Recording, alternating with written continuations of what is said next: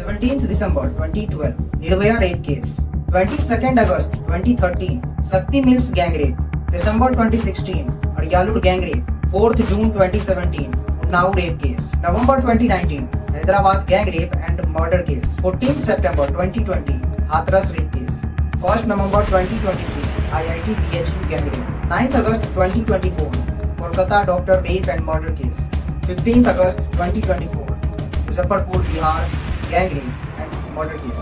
ये तो बस ऐसे केसेस हैं जो लाइमलाइट के कारण लोगों तक पहुंच पाया और गवर्नमेंट पर दबाव पड़ने की वजह से इस पर एक्शन लिया गया।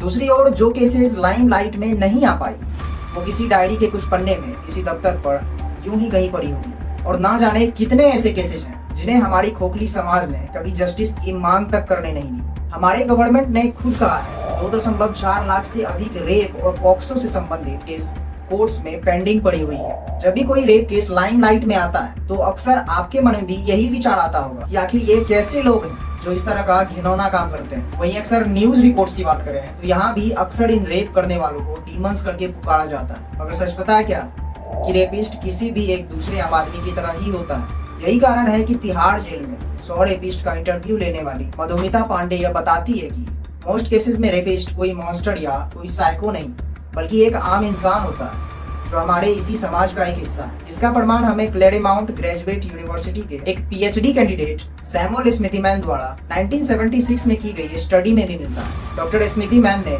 50 लोगों जिसमें अपनी गर्लफ्रेंड का रेप करने वाले कंप्यूटर प्रोग्रामर और अपने एक्विंटेंस की वाइफ का रेप करने वाले पेंटर जैसे बहुत से आम से लगने वाले लोग ही शामिल हैं। इन्हीं लोगों का इंटरव्यू लेकर डॉक्टर स्मिथीमैन ने अपनी स्टडी पब्लिश भी की कि रेप जैसा क्राइम आम लोगों के बीच आम जैसे दिखने वाले लोग ही कर रहे हैं और इस बात की गवाही हमारा अपना नेशनल क्राइम रिकॉर्ड्स ब्यूरो भी देता है। इसकी 2021 की रिपोर्ट के अनुसार देश में होने वाले 96% रेप केसेस में विक्टिम्स के क्लोज सर्कल, रिलेटिव्स और जान पहचान के द्वारा ही किए जाते हैं। एक रेपिस्ट का ना तो कोई रीजन होता है, तो ना ही कोई सोशियो इकोनॉमिक बैकग्राउंड और ना ही आप उनके एजुकेशनल स्टेटस से इस बात का अंदाजा लगा सकते हैं कि ये रेपिस्ट हो सकता है या नहीं। अगर हम USA के MTC द्वारा प्रेजेंटेड रेपिस्ट टाइपोलॉजी पर गौर करें तो हम पाएंगे इसके अनुसार रेपिस्ट 4 प्रकार के होते हैं, जिनमें पहला है अपॉर्चुनिस्ट रेपिस्ट, यानी ऐसे रेपिस्ट जो विक्टिम के अकेलेपन का फायदा उठाकर इम्पल्स में अपने सेक्सुअल डिजायर्स के लिए रेप करते हैं। वही दूसरा है एंगर रेपिस्ट, जो एग्रेशन या वायलेंस को डिस्प्ले करने के लिए रेप करता है।